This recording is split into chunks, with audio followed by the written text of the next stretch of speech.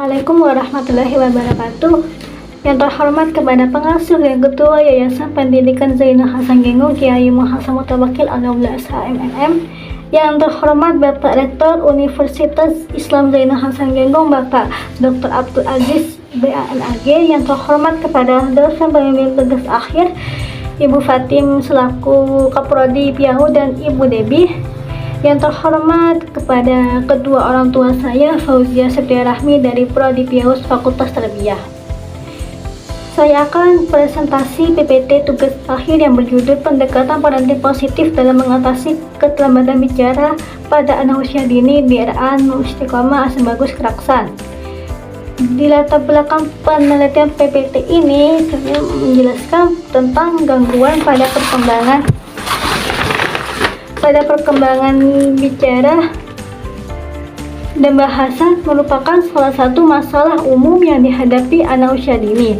Penelitian terbaru menunjukkan bahwa keterlambatan bicara dan bahasa pada anak berusia 2-5 tahun mencapai 5-8% dengan keterlambatan bicara sebesar 2,3-19%. Pola asuh yang diterapkan oleh orang tua memiliki pengaruh signifikan terhadap perkembangan bicara anak, karena faktor-faktor seperti kurangnya interaksi, pengabaian, dan kesibukan orang tua dapat menyebabkan keterlambatan bicara. Rumusan masalah di sini ada 3 macam. Yang pertama, bagaimana pendekatan parenting positif dalam mengatasi keterlambatan bicara di RA Istiqomah Asam Bagus Keraksan. Yang kedua, bagaimana penerapan pendekatan parenting positif di RA Istiqomah Asam Bagus Keraksan. Yang ketiga, yang terakhir, bagaimana dampak penerapan pendekatan parenting positif dalam mengatasi keterlambatan bicara di RA Istiqomah. Manfaat penelitian di sini ada 2 macam. Yang pertama, manfaat secara teoritis. Yang kedua, yang terakhir, manfaat secara praktis. Yang manfaat secara praktis ini ada tiga kategori. Yang pertama, bagi orang tua, bagi anak usia 3-4 tahun, yang terakhir bagi peneliti. Kajian hasil penelitian terdahulu di sini saya ada 3 macam. Yang pertama, peran orang tua dalam menangani masalah kemampuan berbicara anak, Husnayani 2021. Yang kedua, pengaruh beberapa faktor terhadap keterlambatan bicara pada anak usia dini, Ningrum 2020. Yang terakhir, hubungan pola asuh dan keterlambatan bicara, Andriani Meriana 2021. Nah, di sini kajian teori.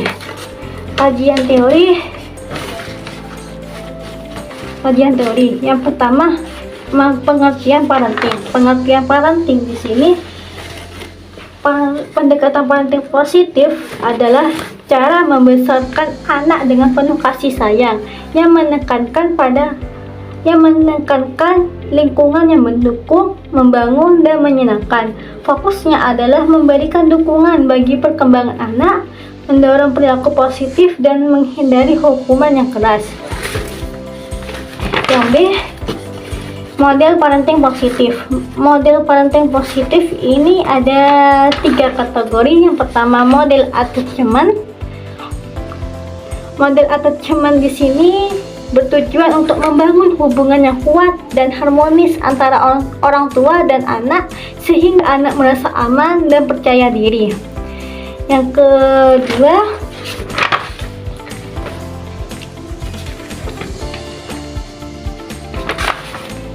model positif disiplin. Model positif disiplin ini yang berarti belajar dan dalam pengertian yang lebih mendalam, menuju pada proses pendidikan dan pelatihan untuk mengembangkan karakter dan kepribadian yang baik. Nelson di sini menjelaskan bahwa positif disiplin adalah pendekatan pengasuhan yang berfokus pada pengembangan keterampilan sosial dan emosional anak serta membangun rasa saling menghormati antara orang tua dan anak. Yang ketiga, model gentle parenting. Model gentle parenting di sini menurut Ockwell Smith menjelaskan bahwa gentle parenting berfokus pada 4 prinsip utama. Yang pertama itu empati, rasa hormat, pemahaman, dan batasan. Pendekatan ini mengedepankan pentingnya memahami perasaan anak dan memberikan ruang bagi mereka yang mengekspresikan diri tanpa takut dihukum. Di sini ada gangguan perkembangan bicara pada anak usia dini. Menurut Arf J ini, keterlambatan bicara pada anak didefinisikan sebagai kondisi di mana tingkat perkembangan bahasa anak berada di bawah standar yang diharapkan untuk usianya. Keterlambatan ini dapat terlihat dari ketepatan penggunaan kata dan kemampuan anak dalam berkomunikasi. Hurlock menekankan bahwa anak yang mengalami keterlambatan bicara seringkali memiliki kosakata yang terbatas dan kesulitan dalam mengekspresikan keinginan atau perasaan mereka secara verbal. Kesulitan berbicara anak dapat dipengaruhi oleh beberapa faktor, seperti nyeri, gangguan mental, pendekaran, dan keterlambatan lainnya. Gangguan perkembangan artikulasi dapat mencakup kesulitan dalam mengucapkan huruf, penghilangan atau penggantian bunyi, serta masalah dalam pitch, volume, atau kualitas pitch suara. Keterlambatan bicara merupakan salah satu masalah perkembangan yang paling sering terjadi pada anak dan tampaknya terus meningkat. Yang pendekatan untuk menangani keterlambatan bicara pada anak usia dini. Pendekatan untuk menangani keterlambatan bicara pada anak usia dini ini ada 3. Terapi dan stimulasi bicara. Terapi di sini menjelaskan utamaan terapi di sini menjelaskan untuk mengembangkan kemampuan anak untuk memahami bahasa lisan dan mengembangkan keterampilan komunikasi yang efektif. Stimulasi bicara. Stimulasi bicara adalah proses penting yang membantu anak mengembangkan kemampuan komunikasi bahasa dan bicara sejak dini, serta mencegah keterlambatan bicara dan gangguan komunikasinya. Ini faktor-faktor yang mempengaruhi keterlambatan perkembangan bahasa anak usia dini. Ini ada Bioshop menyatakan bahwa keterlambatan bicara anak dapat disebabkan oleh beberapa faktor penting. Yang pertamanya itu kecerdasan anak, yang kedua itu kemampuan berbicara, yang keempat status sosial ekonomi, yang keenam kategori rasional, yang terakhir ini peran gender. Peran gender ini dipengaruhi kemampuan berbicara anak, yang dimana laki-laki diharapkan memiliki produksi berbicara yang lebih sedikit dibandingkan dengan anak perempuan. Indikator keterlambatan bicara. Menurut Leonard, perkembangan anak telah mengidentifikasi beberapa tanda-tanda yang dapat mengidentifikasikan adanya keterlambatan bicara pada anak usia dini. Tanda-tandanya ini banyak ya. Usia 12 bulan. Indikatornya ini tidak mengeluarkan suara, tidak meniru suara, dan tidak merespon namanya. 18 bulan. Perbedaannya sangat terbatas, kurang dari 10 kata. Yang umur 2 tahun kesulitan menggabungkan 2 kata. Misalnya mami makan. Yang umur 3 tahun. Umur 3 tahun nih kesulitannya menceritakan cerita sederhana. Kesulitan memahami pertanyaan sederhananya. Yang terakhir umur 4 tahun. Umur 4 tahun ini kesulitannya mengucapkan suara tertentu, misalnya R atau S. Kesulitan menggunakan kalimat yang kompleks.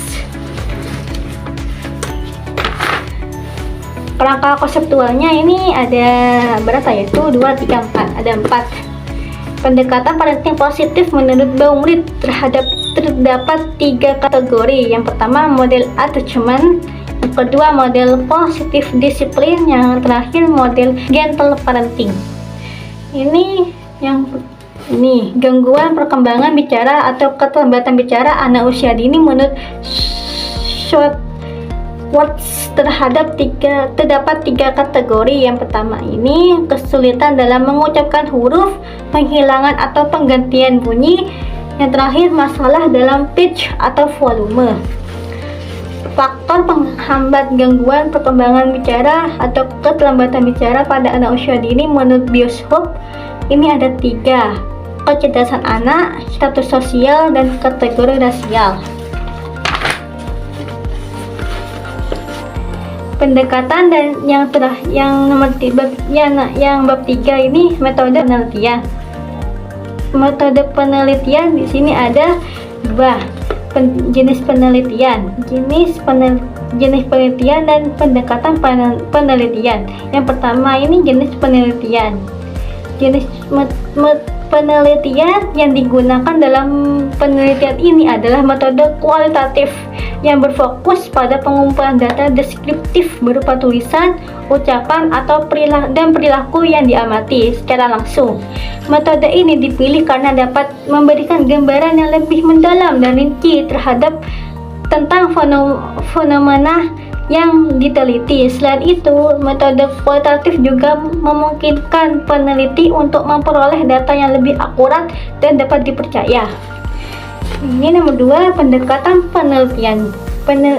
Pendekatan penelitian yang digunakan merupakan cara pandang atau paradigma yang terdapat dalam bidang ilmu penelitian yang bertujuan untuk meneliti parenting orang tua dalam menangani keterlambatan bicara atau speech delay pada anak usia 3-4 tahun di Nurul-Istiqomah.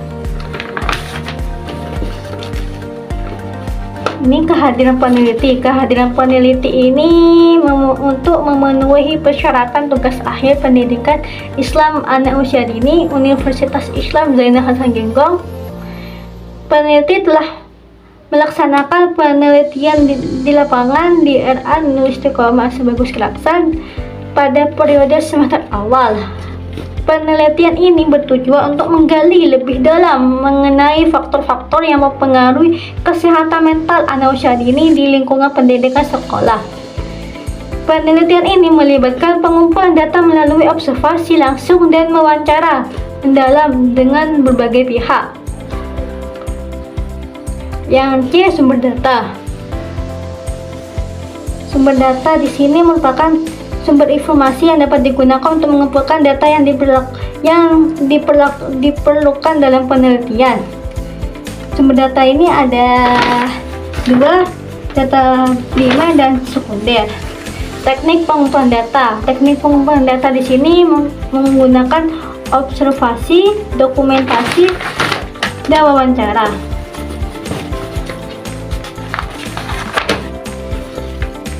Yang pertama ini observasinya, ini merupakan pengumpulan data yang memiliki kekuatan metodologis yang tinggi.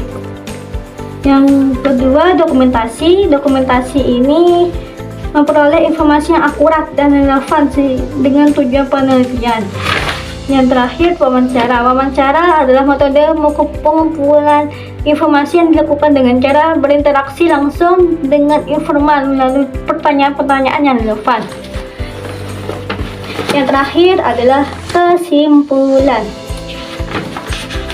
Kesimpulan di sini ada 2 pendekatan parenting positif yang dapat membantu anak merasa dihargai, dipahami, dan aman selama proses tumbuh kembang mereka dengan menekankan pengajaran yang penuh kasih sayang. Nah, ini keterlambatan bicara ini dapat berdampak pada perkembangan sosial dan akademik anak jika tidak ditangani dengan baik. Sekian presentasi saya. Wassalamualaikum warahmatullahi wabarakatuh.